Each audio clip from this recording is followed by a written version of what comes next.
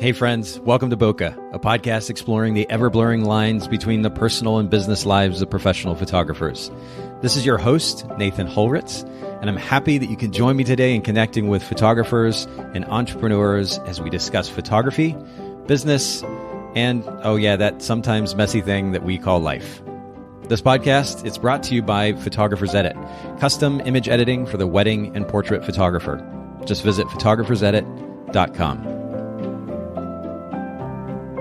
All right, ladies and gentlemen, boys and girls, we are back for yet another episode here at the Bokeh Podcast. And I am joined by a new guest and a new friend, Tonya Damron. Thank you so much, Tonya, for making time for the Bokeh Podcast today. Thanks for having me.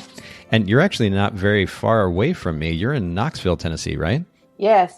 So not too far at all. Yeah, about an hour and a half. I don't know. We probably should have tried to schedule this in person. I'd love to be able to do interviews in person. I don't have the opportunity very often, but maybe at some point we can connect. We've got a pretty cool photographers group here local to Chattanooga too that you might enjoy hanging out with. But talk to us a little bit about just briefly, actually, if you'll just sum up what your photography business offers there in Knoxville, Tennessee. Yeah. So I have been doing photography for 10 years full time here in Knoxville. I'm originally not from Knoxville, but I've been here almost as long as I have been, which is from Kentucky. And so we shoot weddings primarily. And then, of course, our clients end up having babies. And if they come back for referrals, we'll shoot the babies, photograph the babies as well. But yeah, and then our main focus, like I said, is weddings, but we also do a lot of humanitarian work. So we have got to, or I say we because I have a team, but I have got to travel the world the past 5 years. I have been to 5 continents in 30 plus countries. Whoa. Doing humanitarian work as a photographer. And the cool thing is that people started catching on to what I do. And I'm getting, I don't take any profit from these trips, but I actually donate my time and they will pay for my travel. So it's kind of been a very neat way for this little bitty hometown girl to actually get to travel the world. That's incredible. Wait, so you said 5 continents and 30 countries or 30 plus countries?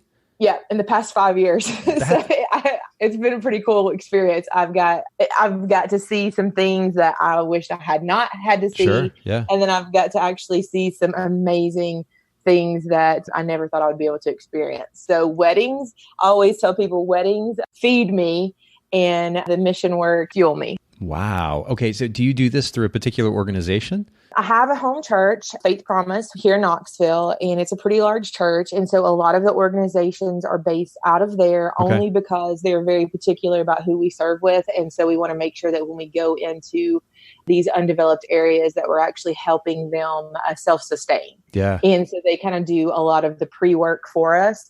And then from there, other organizations have noticed that I've been on the field. They've asked what I'm doing. They've got my card. They've reached back out and also hired me or, paid my way to come to their organization. Wow.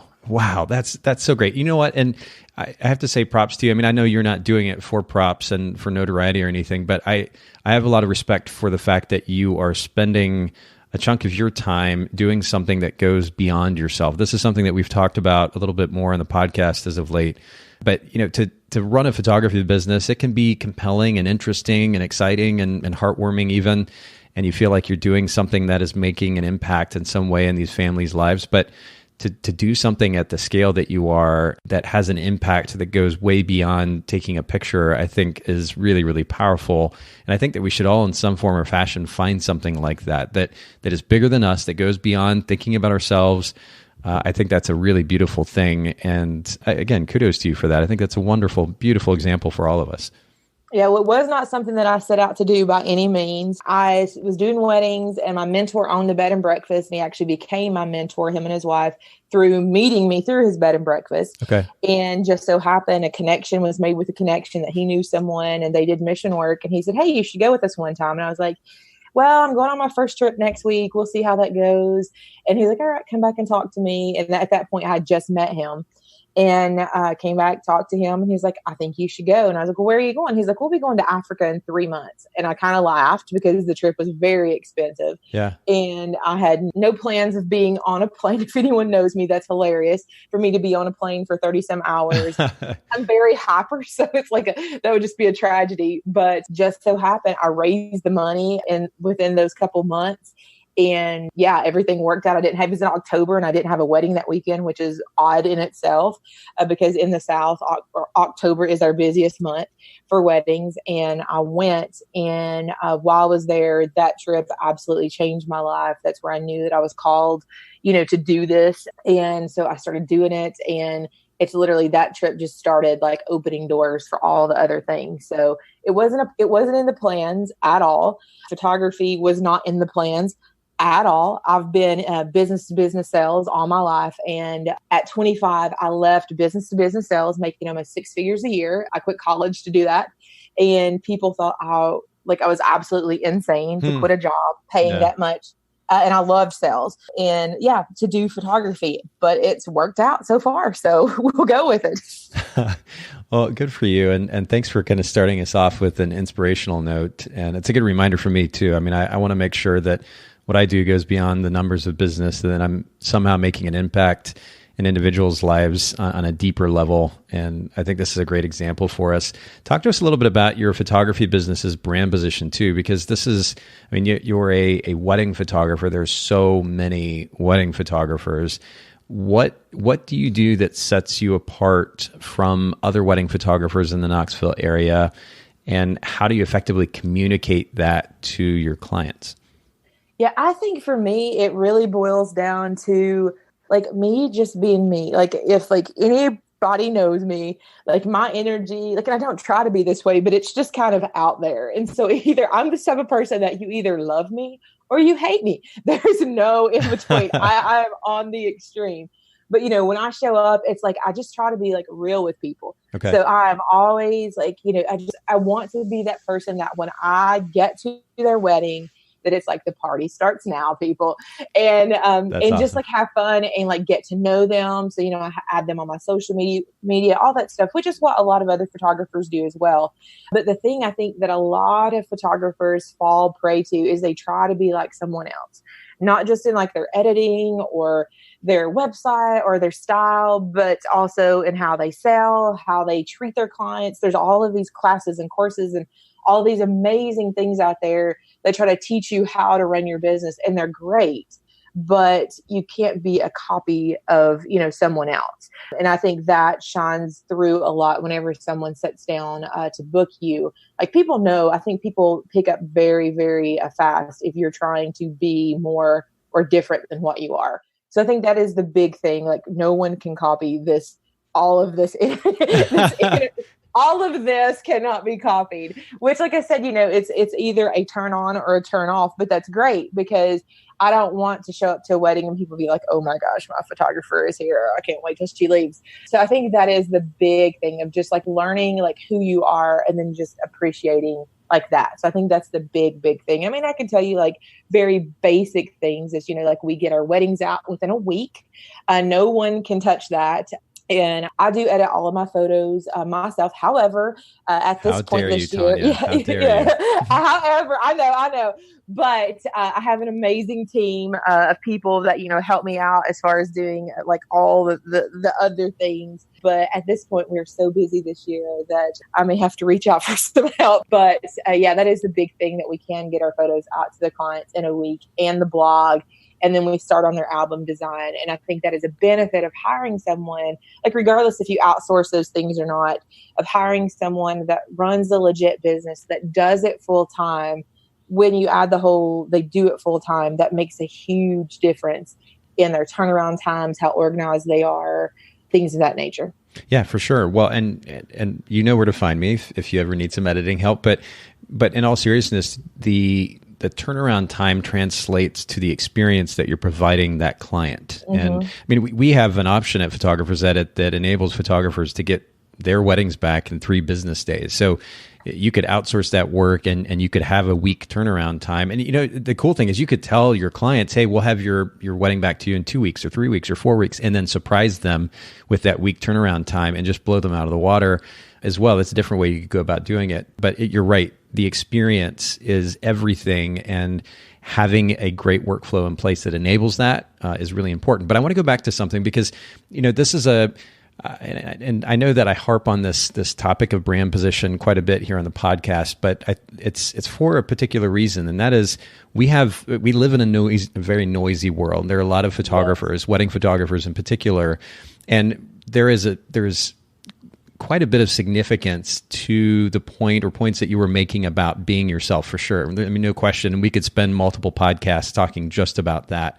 In fact, I'm really curious actually about the energy that you exude and that you've been talking about. Maybe we can go there at some point. But I am curious, and just to push back a little bit, I want to get your take. It's, somebody has to sit down with you to sense that energy. I mean, I'm looking at the About Me section on the front page of your site. You've got a beautiful smile and a wonderful presence about you, but I wouldn't know that energy about you from looking at that picture, or even the short description that you have about yourself and the things that you enjoy. So while we need, and I know there's a lot of conversation in our industry about learning how to be comfortable with yourself and to put yourself out there, these things are important. But I'm curious how that plays into the marketing of your business. Before that person ever sits down with you, they're going to come to your business for a particular reason. And if they're coming to you because of a reference, a friend or a family member said, hey, you've got to go use Tonya. I get that. But if they're just looking and they've got hundreds or even thousands of photographers to choose from, how are they going to know to come to you?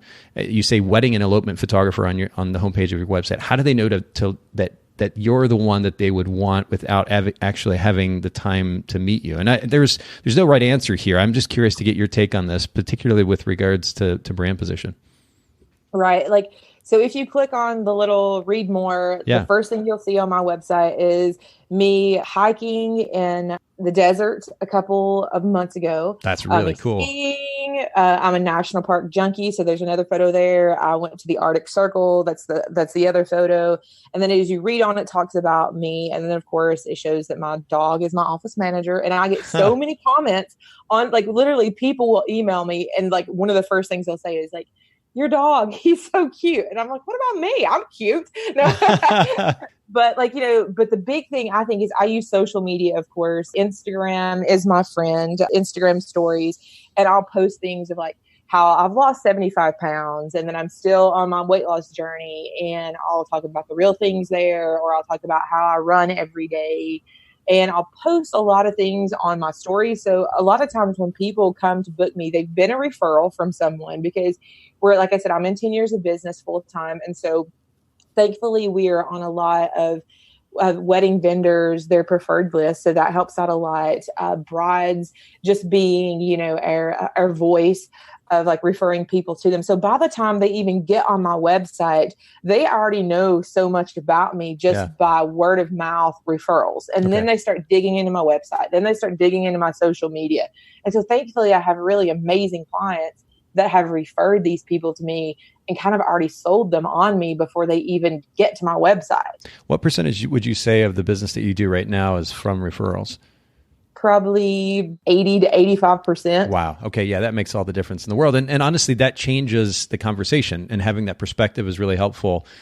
Yeah, you're right. If the majority of your business is coming from those referrals, then at this point, they already have a good word in. The person that told them about you is going to frame your brand and your business in some form or fashion. So there again, brand position can play a role, but ultimately they have a good word. So they're coming to your site, and now it's more a matter of just getting to know you as opposed to trying to figure out what exactly it is that you offer. And so that makes a lot more sense.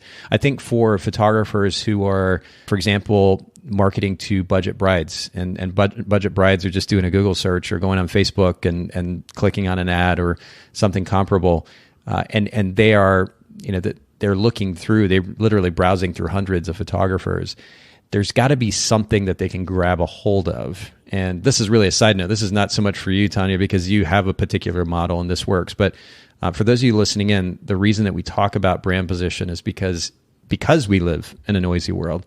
We have to be able to clearly and concisely communicate what we offer that is different than anyone else. And yes, we ourselves, as the photographer, are different. But plenty of people can say some version of that, and they still don't know what they're actually getting that's different. And so the challenge with having a distinct brand position, a clear brand position, is clearly, concisely communicating what it is that sets us apart for those who are looking. And I'll leave it at that. It's such a loaded topic, and we will continue to come back to it. I'm actually reading a book right now, and we'll link to this in the show notes, called Positioning, and it deals with this very topic. It's a really interesting one. For some reason, it stuck with me. But I mean, we see this even in the photo industry when it comes to editing companies. Photographers Edit has some competition. And in order for us to be able to stand out, there are different ways we can do that. But when it comes to marketing, as easily as possible, we have to be able to clearly and concisely communicate what makes us different from others. So the book in particular, again, it's called Positioning by Al Ries and Jack Trout. We'll link to that in the show notes. You have to check it out. It'll give some more context to what I'm talking about here. But enough on that. And Tonya, thanks for sharing your perspective on it. It's really helpful. Right. I would just add probably one little thing. Sure. I think the basis, like if I just had to pick one thing, like I said, I know like my energy is crazy and all that stuff, but I would probably say customer service. Like by far, hands down, I know at the end of the day that I can outbeat anyone in customer service. And that is a big, big deal, especially when on a wedding day, things are stressful. It's crazy. It's a lot of money. And so I would probably say customer service for sure is one of the top ones. Sure. Well, and you know, I'm glad that you bring that up, because just again, for the sake of conversation, customer service is an interesting one, because a lot of people, and again, I'm just pushing back here, and I'm very much open to your take on this, but customer service is something that a lot of companies talk about, not just in the wedding photography industry, but a lot of people will talk about it.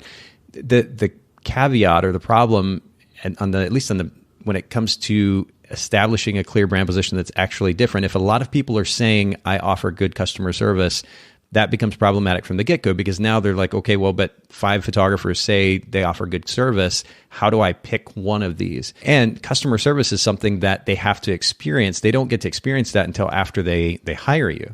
So we're back to, what is it that you can say to a potential client that is going to grab their attention? You know, I mean, if I were to say I'm a wedding photographer that photographs Harry Potter fans, I've immediately put myself in a niche, in a corner almost. I mean, it's a pretty large corner, to be fair, but I've put myself in this niche market. I've immediately said yes to particular people and no to particular people. Mm. And that is a brand position. And actually, I would probably maybe even get more specific than that, because Harry Potter is such a, you know, it does have a mass following, and there are different camps within the Harry Potter following. So you could get even more specific and narrow down your target market even more.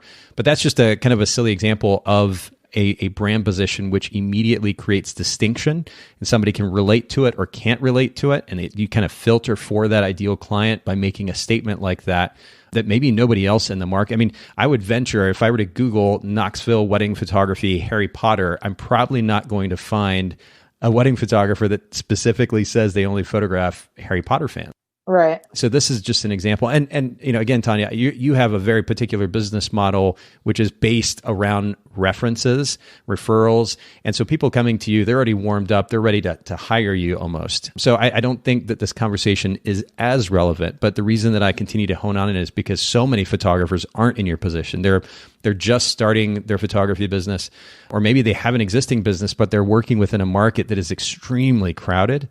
And in that case, they have to figure out a way to make themselves distinct. And that's where brand position can play an important role. To be clear, it's only a piece of the puzzle, but it is a pretty significant piece, and it's important for those that don't have a very large referral-based business. So anyway, I really appreciate your feedback, and I love your perspective. And ultimately, I was largely in a similar place that you are. As my wedding photography business developed and grew, much of the business, particularly as we're getting into that kind of mid to high-end market, was coming from referrals. And so I know what it's like to be there. It's a great place to be. And then, of course, ultimately the focus is on the relationships with those vendors, those companies that are going to refer potential clients to you.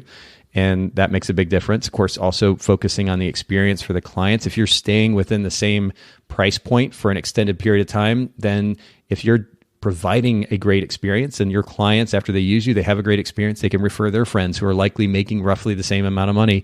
They can refer them to you, and you can book those as clients. So that's a great model in and of itself. But I just wanted to make the distinction between that and then brand position based on or depending on the market that you're going after. Again, thank you for your perspective, and thanks everybody for your patience and listening in. I know we parked there for a little while, but it's a really important topic.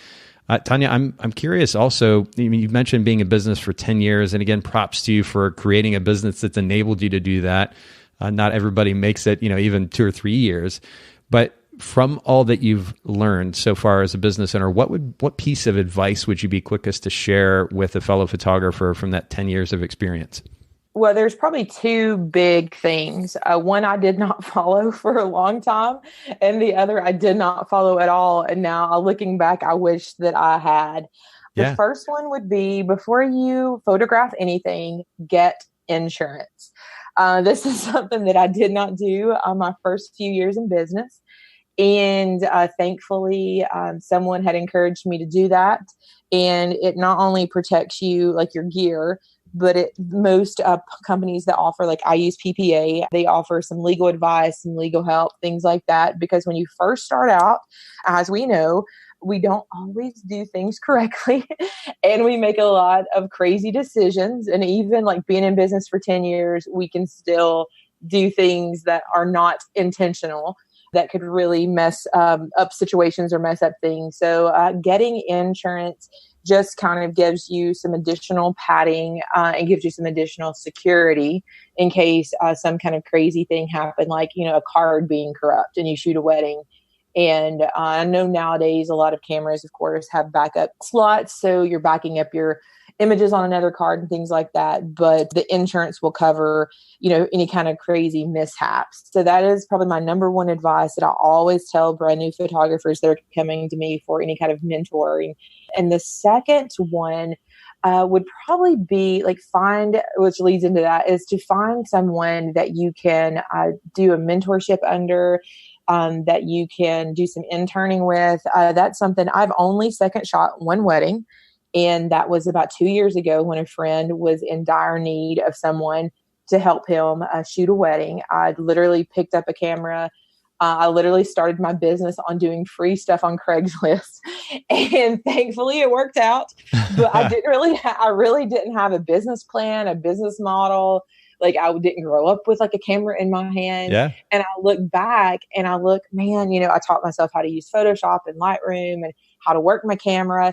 And I look back and now, there's a lot of resources online as well as far as classes and things of that nature. But I think, go to someone, get in a mentorship, second shoot for people, learn. That way you can figure out what your style is going to be, what your business model is going to be. How do you want to run your business? And with shooting with different photographers, you can kind of see what you like, what you don't like. Working with other photographers, you can kind of see what they do that may make things easier or maybe harder. And so those are probably my two biggest takeaways. That's really great. No, I really appreciate you sharing that. It's second shooting. It's funny. I enjoy it. I'm a little bit of a nerd, I guess, but there's something about not having the full responsibility of the primary photographer, and kind of getting to be there as, the person to capture details or candids or even just carry it. I am totally happy for those of you listening in. If you get me to wherever your wedding is and you want me to come carry your bags for you or hold a light for you for the day, I am glad to do it. I love being in that environment. I shot weddings for over 10 years, and though I don't find the enjoyment maybe that I used to and shooting at least as much as I did, there is something about being there and helping another photographer and getting to be in that wedding environment, which can be so much fun, that I really enjoy. And second shooting can really lend perspective, right? You're the primary photographer all the time.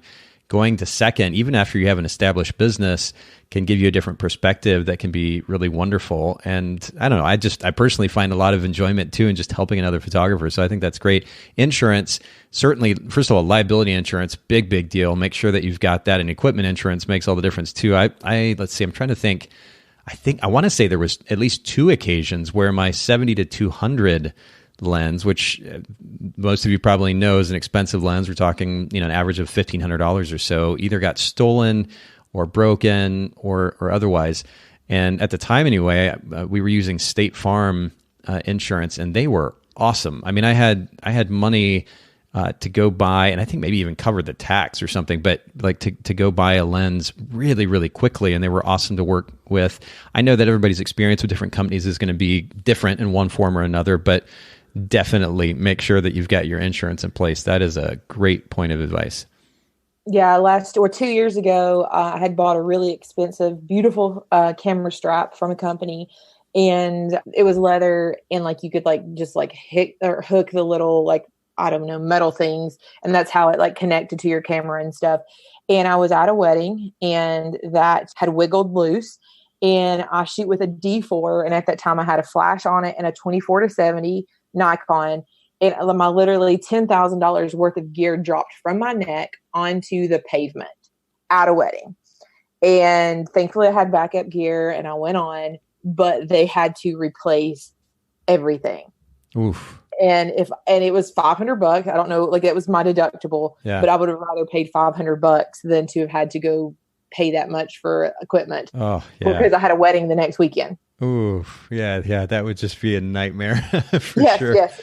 That stuff's so expensive. Well, good point of advice. And all I can say is go do exactly what Tonya said. We won't link to any particular companies because I understand it's a kind of a subjective thing, but make sure you've got insurance in place, both equipment and liability insurance for sure. As a business owner, time can be a difficult thing to find at times. And I know that you have a team, you said as well, and that makes a big difference in being able to not feel like you have the weight of the entire company on your shoulders. But is there anything else in particular that you do in your day-to-day or week-to-week workflow that enables you to have more space, more time to just, I don't know, to do your own thing, to have, to go out and hike, to go running, or maybe just to sit and watch some Netflix? Yes. So from day one, I realized that I did not want my business to run my life, that I wanted my life to run my business. And so I do things very differently than most business owners. I will make sure that things that I hit deadlines. And if I promise a customer that they're going to get this by that date, I will. But I stopped staying up till 4 o'clock in the morning editing or designing albums or whatever. I stopped doing all the crazy things where I see photographers and they're like, oh my goodness, I can't do this because I have this or I have that. I do not do that. I make sure to, when I'm in the office, I'm in the office, but I also make sure when I'm out of the office that I'm completely out of the office. And so I make time like to go hiking. Like that is like my priority. Like when I look at the week, I'm like, okay, I need to get this wedding edited. I know how long it's going to take me, or I need to get this album designed, and I will set that time apart. But I know that one day I may have to go back to work. I may get burnout on weddings, or people may not want to hire a 90-year-old wedding photographer. and at that point, I will have to set an alarm. I will have to clock in. I will have to wear dress clothes every day. Help me, Jesus. But like, whatever the case is. But like, I know that one day I may have to do that. But for now, I don't. And so, like I said, I'll schedule a couple of days. Hey, these are office days. You're going to do all your office stuff these days. And these other days, you're going to enjoy your life. I'm young, I'm healthy. And that's how I plan it. And it's worked out so far. So, but and as much as this is a cliche term, you're being intentional there. You're being proactive. Mm-hmm. And you knew going into it that you wanted to run your business and ultimately have a particular kind of life, all this in a certain way. You wanted to do it in your way. And that kind of intentionality, that kind of proactivity is what makes all the difference in the world. If we get into, I was just doing a live webinar for another brand today, and we were talking about the significance of being intentional, of not just simply reacting to everything that happens to us, but ultimately being the one, as you described, to decide how you're going to spend your time, to be the boss of your time, if you will. And I think that's a really great example for us, Tonya. And those of you listening in, take notice and go begin to implement that. In fact, just on a more practical level, what does that look like? I mean, are you blocking this off in your calendar? Are you blocking the certain times off during the day or days of the week in certain ways in order to make sure that you are spending time in that particular way? Do you just have the schedule memorized? What does it look like? Yeah, unfortunately, I'm not the most organized person as far as schedule goes. I'm probably what you would call a hot mess when it comes to like doing like, oh, you have to be in the office. I know that if I shoot a wedding on Saturday, that I'm taking Sunday off. That is a default. I do not shoot on Sunday unless it's a wedding. I do not schedule sessions, anything like that. I normally go to church and then I come home and crash. And so that's like my day to rest. After, I come home that night, I'll back up all the files. And then on Monday, I know that I need to go through the files, cull them, make sure everything's organized. And then I will start to edit normally that Monday. And then Tuesday, if I want to take Tuesday off. And then Wednesday, I'll have everything pretty much finished editing, and I'll be able to blog on Wednesdays. Like, this isn't a perfect world, of course. Sure. And then Thursdays, if I need to do any kind of editing, any like back office things is done. And normally, like, I'll take off the day before a wedding too. So I'm always off the day before the wedding to just recoup, have fun, do something that's not business related at all. Yep. And I'm always off the day after a wedding, like no matter what. So that makes me kind of feel like I'm not working every single day, even though in a business, owning your own business, you're always answering emails, phone calls, meeting clients, doing all the things. But I find if I take off the day before and the day after a wedding, it makes me like be able to just kind of reset my focus and just chill out for a bit rather than going straight from a wedding, straight to editing, like so on and so forth. That's great. I mean, again, the intentionality of that and the kind of the simple time blocking, it's a great way to go. Then again, you're not reacting to whatever you think might need to be done in that day. You already know how you're going to spend today. Is this day I do this thing. Tomorrow's, this Tuesday I do this thing on Tuesdays, and then Wednesdays I do this thing, and then the day before the wedding I take the day off.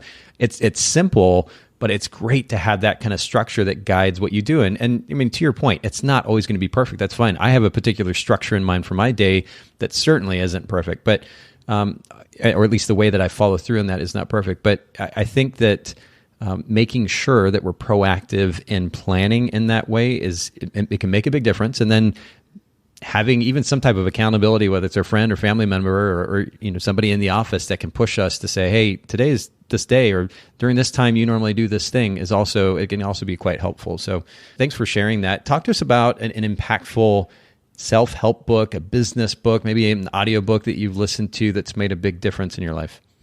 Yes. Bob Goff. I want to be him when I grow up, or at least be his best friend. Last year, I've read several books, but I was trying to really think about this.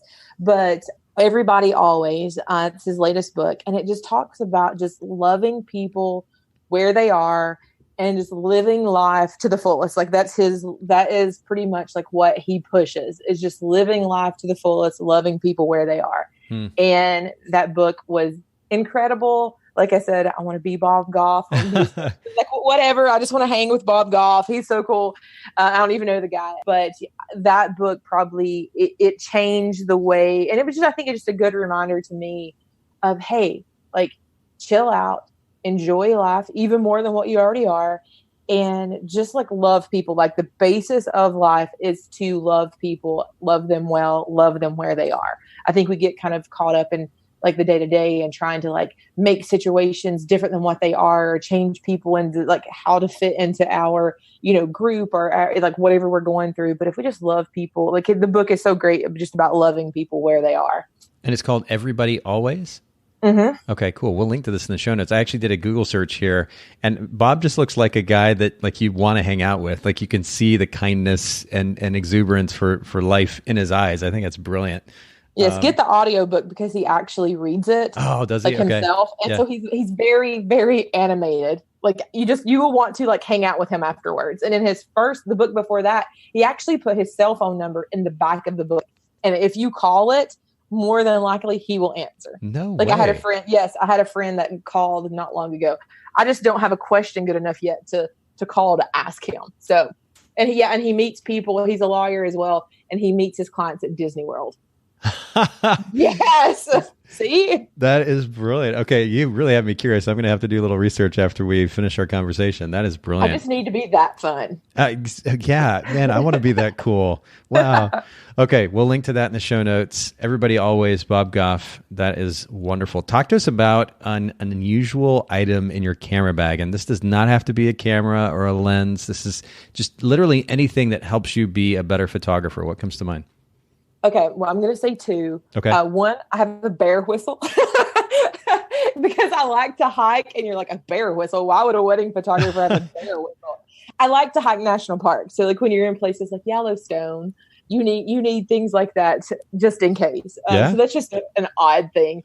But actually, my camera bag is like my favorite thing. So it's not anything that's in my bag. It's my bag itself.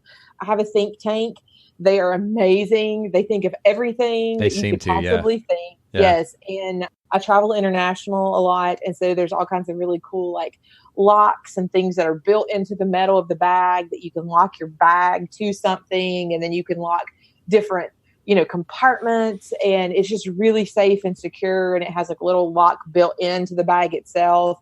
And so, yeah, my bag is actually probably the coolest thing. Is there a particular bag or think tank bag that you're currently using that you'd recommend? Yeah, Think Tank International, that's what it's called. Okay. And so it will fit on international flights. The only problem is that if you live in a smaller town like Knoxville, not all of the flights immediately go out from Knoxville International. And so that's caused a problem a few times just because of the carry-on space. So just measure your carry-on space before, but it fits everything, 2 full-size bodies, microphones, lens, a couple of different lens, all kinds of extra compartments. Yeah.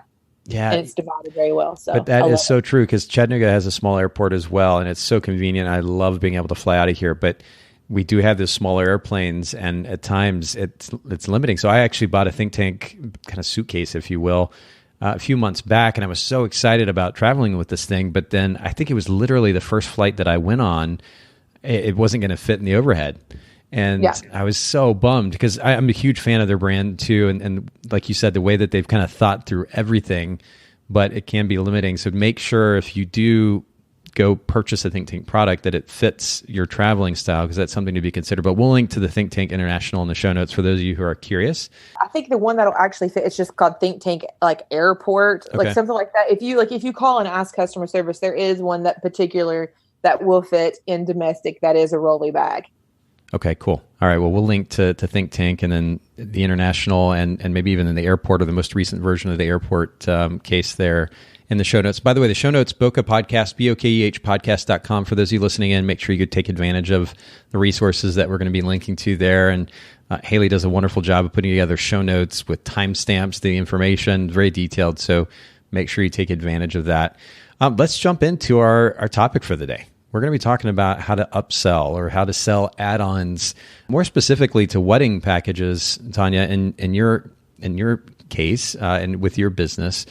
But let's first talk about some of the psychology behind this idea of even selling, because I know that a lot of photographers, they'd certainly be glad for the opportunity to make a little bit more money, but ironically, of course, they're not comfortable with being a salesperson. And I would likely fall in this camp. We mentioned Photographers Edit, happened to mention Photographers Edit in this episode, but for those of you that listen regularly, we don't talk about Photographers Edit very regularly. And part of that has to do with my, philosophy ultimately, or at least the approach to selling that I've taken with Photographers Edit, which is the last thing that I want to do is shove that down people's throat. I don't want to be a big commercial all the time.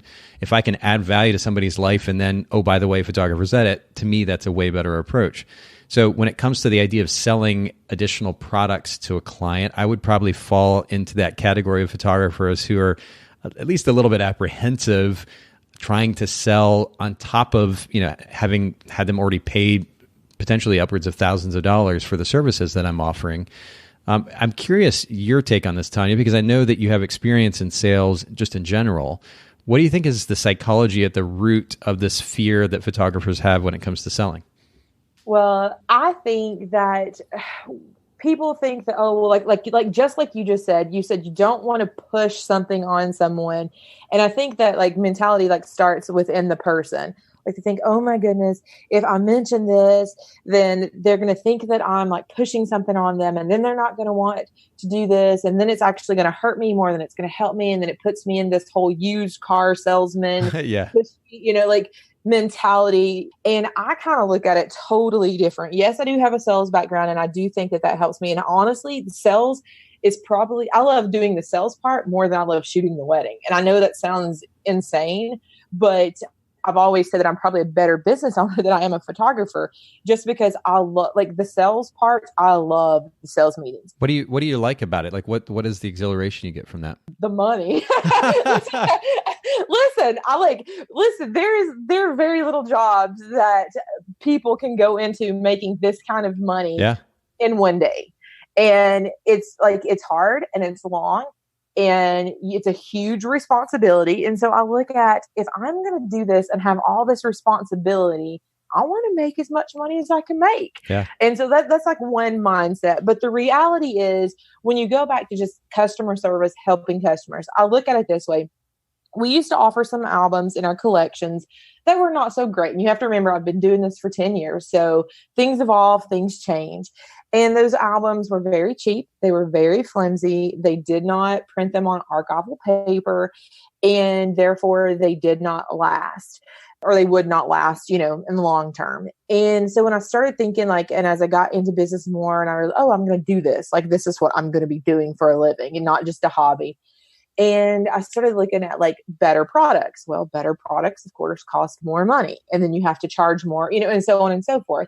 And so when I started looking at it, I want my client, I want to be able, if my clients are going to be paying me thousands of dollars to shoot their wedding, I want them to have the best products that you can get. And so when you look at stuff like that, I just started thinking, okay, if they don't buy off of me, they're going to go to other companies online that are offering things on very flimsy paper that are not archival, that look like, your 5-year-old helped you make it. And I understand some people love the whole cut and paste, drop and drag. They love the whole do-it-yourself thing. And they can still do that because with our collections, they do get the printing release to be able to do whatever they want to. So they can still do that if they're a crafty person. But my thing is I want to take the stress off of the bride. So when they come to us, hey, we're going to show up, we're going to shoot your wedding, we're going to have a second photographer there, we're going to have this, we're going to have that. But my favorite part is delivering the products. So I kind of look at it as if, like I said, if we don't provide it, they're still going to go somewhere else to get it. And the thing is I want my photo to look its best. And so in order for it to look its best, it has to be printed with a reputable company that is going to print it on archival paper, that they're going to do, all the things they need to do to make my photo look the best. And so I kind of look at it as I get one step ahead of the client and think they're going to print these. They're going to pay someone else to do this. I always tell people, other vendors, if you don't take the bride's money, they're going to spend it somewhere else. They're going to spend it on a dress. They're going to spend it on food. They're going to spend it on the venue.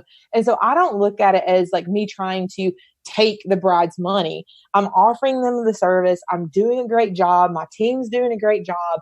And so I would prefer them to get a beautiful album that they're going to keep and be able to pass down to their grandkids rather than not upsell them on something that they actually would love or need and then spend that money on, I don't know, some wedding favors that they're not even going to remember. And so I kind of look at it as I'm educating the bride and I'm helping them, but I do it in a way that it's not very salesy, so to say. And so I give them options and then I let them make their choice. And if they don't want it, then they don't have to get it. But I sell it in a way that I tell them, hey, this is why we offer this. Mm. This is what we offer. You can go to this other company and print your photos. You have the rights to all of them. That's perfectly fine. And then when I do a comparison of a visual, hey, this is what you would get if you ordered it online through a company and paid $30 for the album. Or I get it. You're going to pay, $800 for this album. I get it. It's a lot of money. But if, you have kids and your kid comes through and pulls this one off your coffee table and just throws it or just pulls the page, it's going to rip apart. This one, other than liquid, it's going to hold, for a while. And so when I start talking about the longevity and just passing these heirlooms down to generations, and then that gets into a whole nother business model that we talk about. I think when you just talk about the benefits, rather than just going in there and being well, you need this, this, and this, and just trying to sell them, it's all about building relationships with your clients. And then once you build the relationships, they will trust you to guide them. We never push, we just guide. Ooh, yeah, I like how you finished that up. And really, if we were to sum up everything you just said, the focus is on service, right? Instead of, and it's interesting, this is true in just life in general. It's all in how we frame things, right? It's all about perspective. So if we're framing this as we're trying to get as much money as possible from the client, then it's going to feel weird, probably in many cases. But if we're framing it as, hey, I'm trying to provide the best possible service and product to my client, this is an effort truly at service. And yeah, of course, there's a financial benefit. I'm putting the work in and I'm getting paid for it. I'm getting compensated for it. But ultimately, I'm providing a better experience and a better finished product for my client. when you frame it that way, it sounds different and certainly feels different. And so I like the way that you have kind of presented that to us and ultimately are presenting it to the client. I think it's really wonderful. You mentioned your experience in sales. Was there ever a period, though, prior to being in sales where you struggled with this idea? Or is this something, was there something that you did that enabled you to kind of move beyond that fear? Or have you always just been confident in it? Probably have been confident in it for a while, but I started with some really great companies that taught great sales modules and how to deal with clients and how to upsell. And so I probably have a little bit up, on some of other photographers as far as that I have previous training, but then you just kind of change it into your business model. And so I don't think I've ever had a big fear. And I kind of look at it as things like this. If you go to buy a new car and you have a budget and you know what you want to spend and you get this car and it's exactly what you wanted, and then you drive off the lot and you realize there is a feature on a different model of the same car that you would have loved. Yeah. And you didn't get it and you can't take that car back. I would be mad. And so I don't want my clients to be mad. So you can always offer, because I would rather them have options than to take the base collection, go on and then be like, I didn't even know you offer that. And so I bought it somewhere else and I hate what I bought and I could have got that off you. Cause then that makes me feel like I did my clients a disservice. Yeah. Well, and it's funny you mentioned the car thing, because I just saw a newer version of the car that I drive, and my car is great. Made you mad, didn't it? It's fine. But I'm like, oh man, that would be nice. Yeah. The focus here again is just offering the best possible service. And, you kind of jokingly alluded to the used cars salesperson earlier. The big difference here is that we don't have to behave the way that a used car salesperson does. First of all, when it comes to honesty, but secondly, when it comes to the way that we actually engage our clients in conversation. If you're coming to them as a friend who wants to take care of them the best possible way, and you mean all of this genuinely, that's going to come through in the way that you engage with them, and it's not going to feel like you just went to a used car lot where somebody's trying to rip you off. It's really two totally different conversations, or at least I hope it is.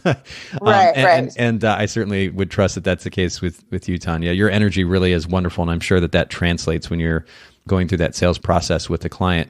Can you just briefly, again, to further frame the conversation and kind of add context to it, how would you define an add-on? Will you explain that to our listeners? Yeah. So an add-on, so how we build our collections, let's start there. So when you build your collection as a wedding photographer, there's a million ways that you can do it. Some people have one collection, and then there's add-on, which is additional services that you have from your base collection. We have 3 collections. First collection is what I would call just base services. It gets me there. It gets them great photos and minimal coverage. And then you have your next collection that goes up that gives them, each collection needs to have a different incentive, enough that they want to spend the additional money for the products or services that is in the next collection. And so they need to be a pretty drastic difference. But even in that, you need to allow enough space that you can always upsell each collection. So for instance, our base collection, it just, like I said, it has me and it has some hours for their wedding services. And so at that point, they could add additional photographers, they could add an album, canvases, so on and so forth. And then the next collection will have some of that in it. But even then, we'll have an album in it that'll be a beautiful album. It's still top of the line album, but it'll be a smaller album. And we always want to give room for margin for them to add additional pages, to upgrade the size. And even in our top collection, which they pretty much get everything under the sun, I still left room for me to be able to do an upsell or an add-on to where they can add additional products, upgrade the sizing, whatever, for that collection as well. See, this is really great, though. I love simple principles that can ultimately be extremely impactful. And the idea that you just suggested, which is when you build those collections or those packages, to make sure that you're not putting everything in them, so you actually have room to sell add-ons. As simple a notion as that is, that in my mind is quite interesting and I think impactful. And for those of you listening in, if you're building packages that include everything you could possibly offer, there's no room to even upsell at the end of the day, then you're limiting your ability to be able to make an additional bit of cash revenue for the sake of your business and ultimately your life, of course. And so make some room for that. Don't include everything in those packages. Make some room for the sake of add-ons. Do you have, Tonya, when this client comes to you, and maybe this is a good segue actually, let me just ask the next question, which is the steps of your workflow. I know that you mentioned to me before we started recording that you have kind of 3 primary points in which you're interacting with the client in person for the sake of, or which ultimately give you the opportunity, 3 different opportunities to sell add-ons. But does that initial contact, that first step in the initial contact, do you hand them a pricing guide? Is that something that they get ahead of time? How do you actually present those collections and then the add-ons to them? Yeah, so we have our base collection pricing online. That way it weeds out anyone who is far out of our budget, or that we're far out of their budget. And then also saves on, airtime if they send us, if their budget is $500, well, we don't start at $500. So they're going to look, okay, she's out of my budget. They'll move on to the next photographer. And I'll just, if I can jump in here really quick, for those of you listening in, you can just go to Tonya, Tonya, Damron, Damron.com. And there's a page there that says investment. Tonya, I've actually pulled it up here for the sake of our conversation. And I like the simplicity and the clarity with which you communicate the starting price point. It's literally the first thing at the very top of the page. And then you go into more detail and explanation. But it just simply says investments start at $2,500. And you're right. I mean, all this conversation about whether or not to put pricing on the website, honestly, I don't think it's a very complicated conversation. If you want to save some time and not have to have unnecessary back and forth on the phone or via email, put that information out there, even if it's just a starting price point, so that, as Tonya just said, you weed out the clients who just don't fit your brand. And it's helped out a lot. I know there's this ongoing debate. Do you put your prices online? Do you not? I think it's a personal choice, but I also know that regardless of how great of a salesperson you are, or how awesome of a photographer you are, if a bride's budget is $500 and you start at $5,000, they are not your client. Right. And it would just help. It does for me help weed out some people. So that's really great. Okay. So, take us through the workflow then, and those 3 primary touch points where you have opportunity to sell these add-ons, and explain to our listeners what that process looks like, if you will. Yeah. So the first, normally people will email and they'll say, hey, I found you on Google, or your referral from such and such. We've looked at your website. We want either more information. We don't get a lot of we want pricing because of the step that we kind of already took care of at the beginning. Yeah. But once we chit chat with them, we'll do an email first, and then we always do a phone call. And I know that like email is like a big thing, or texting is a big thing, but I want to talk to the client first just to make sure that we are a good fit, that there's no crazy red flags. Once we talk, if we both agree that we are a good fit, then I will schedule a meeting that week and invite them in for coffee. And at that point, I'll email them that night. After we get off the phone call, I'll email them a full pricing, because the thing is, I want them to come in prepared.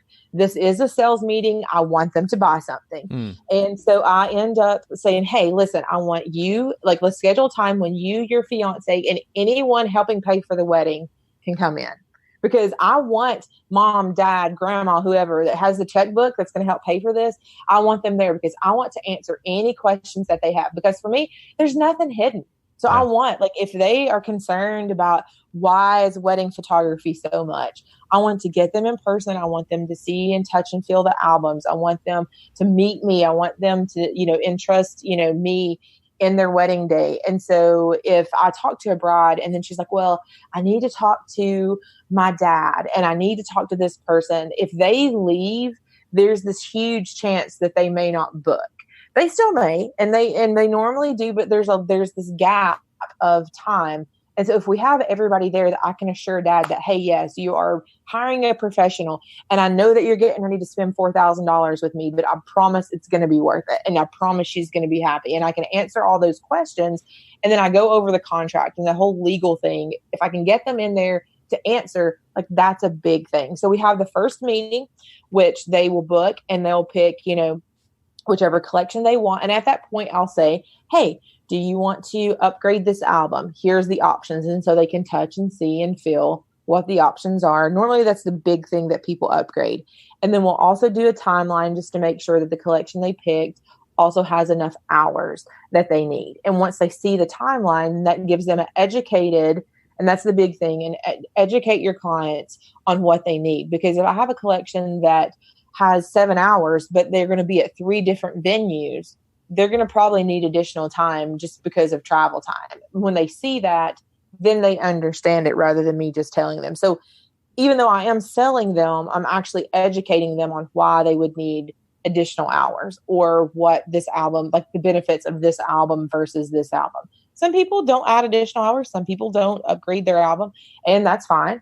But I at least want to educate them to the point that they make the decision. Because in the end, I can't twist anybody's arm to add an additional hour or 2 hours or whatever. And so at that point, we'll sign the contract. They'll get everything that they need that night.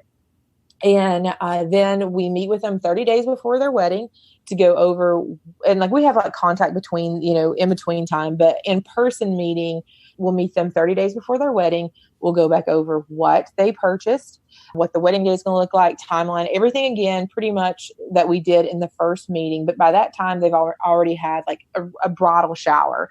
People's already given them additional money, things like that. Yeah. And then we also tell them, hey, listen, just so you know, like, and I'll even tell them the first meeting, I always say, hey, you're going to have a bridal shower. I know that this may be pushing your budget, but remember, people are going to give you money. Hey, if they want to register, if you want to register with us for your bridal shower, you can. We actually had someone call in and pay someone's wedding off, and it was like almost $2,000. Whoa. So, and I share that story, and they're like, okay. And like, so I was like, would you rather have an ugly bedspread, or would you rather have awesome photos?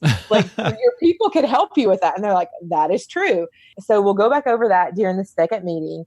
And at that point, they'll normally upgrade things. They've got additional money, maybe their perspective has changed. Maybe something has changed with their timeline. They need to add additional hours. And then at that point, we always say, we're going to spend 10 minutes on the collections, and we're going to spend the next, 90% just catching up on live. And so that's the way I do all of my meetings. 10% is the whole salesy contract, all of that stuff.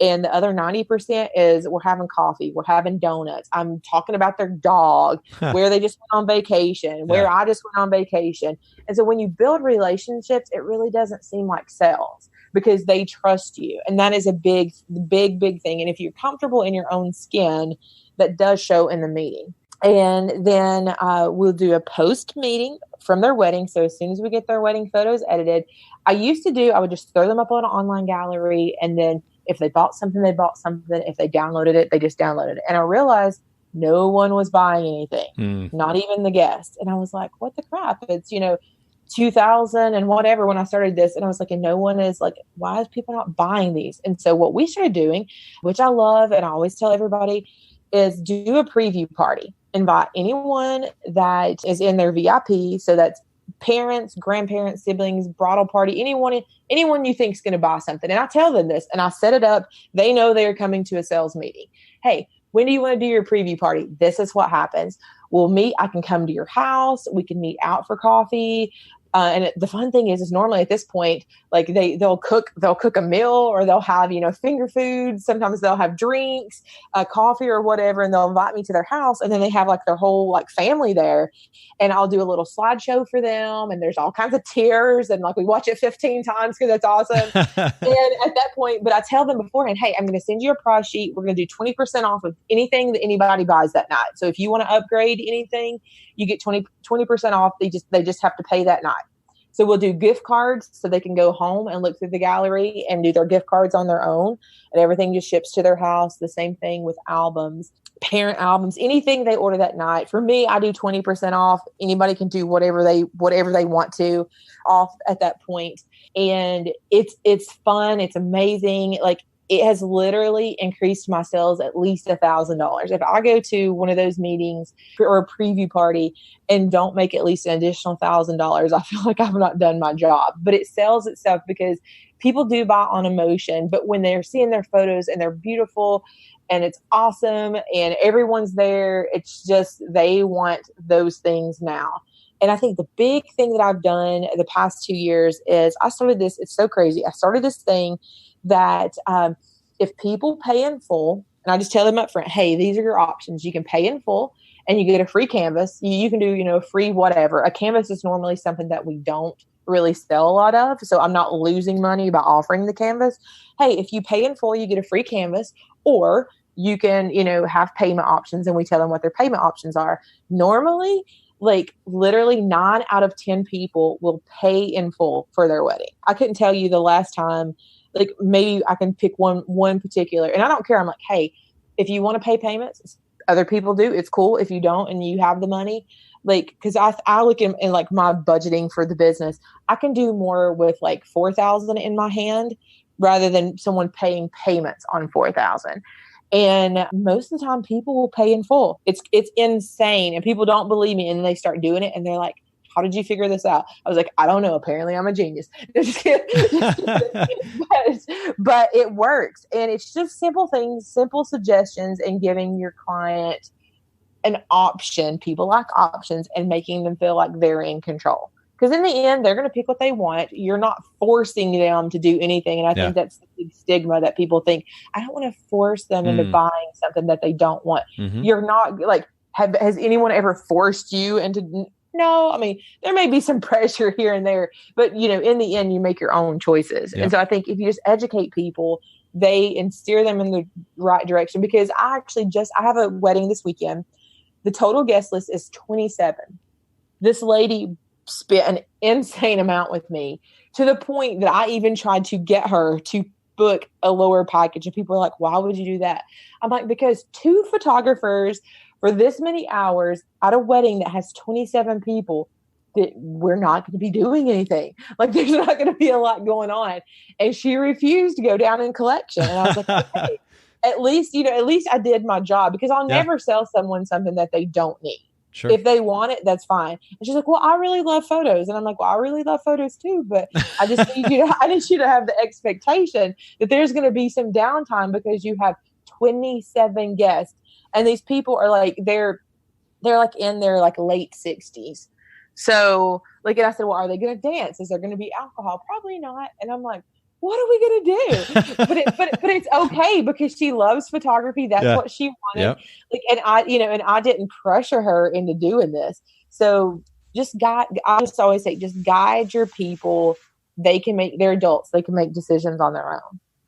This is great. I mean, and you laid that out so clearly and concisely. I'm not even a photographer anymore, and I'm still like taking notes here that seriously, I could turn around and go apply this to a new photography business, for that matter. For those of you listening in, if you have a photography business, this is, first of all, Tonya just made the concept of upselling very, very simple, and I think accessible for way more people. And Tonya, the way that you just explained that, breaking it down into the initial pre-wedding and then post-wedding consultations, particularly I found interesting with the focus on albums and hours as points of upsell. I think that was particularly interesting. But this is really great stuff. I want to respect your time and everybody listening in too. So I'm not going to add too much more here or ask any more follow-up questions, but can you just share with our listeners one more time where they can find you online and on social media? And I'm sure there may be some follow-up questions that they have specific to their business. Yeah. So everything across the board is just Tonya Damron Photography on Facebook, Instagram, Snapchat, Twitter. I'm on Instagram more than anything. Website is still the same, TonyaDamron.com. And you can reach out to me there as well. Perfect. This has been really helpful, Tonya. I really appreciate, again, your energy. It is real, it's felt, and please don't stop that, because I think we need more people with that kind of energy in the world. But thank you so much for sharing your wisdom and your experience with the Bokeh Podcast today. All right. Thank you for having me. Thanks so much for listening to the Bokeh Podcast today. Will you let us know what you think by leaving a review of the podcast in iTunes or maybe in the Apple Podcast app? And I'd love to hear from you personally with your thoughts about the podcast, maybe suggestions about future topics and guests for the show. My direct email is nathan@photographersedit.com. The Bokeh Podcast is brought to you by Photographers Edit, custom image editing for the wedding and portrait photographer. Just visit photographersedit.com.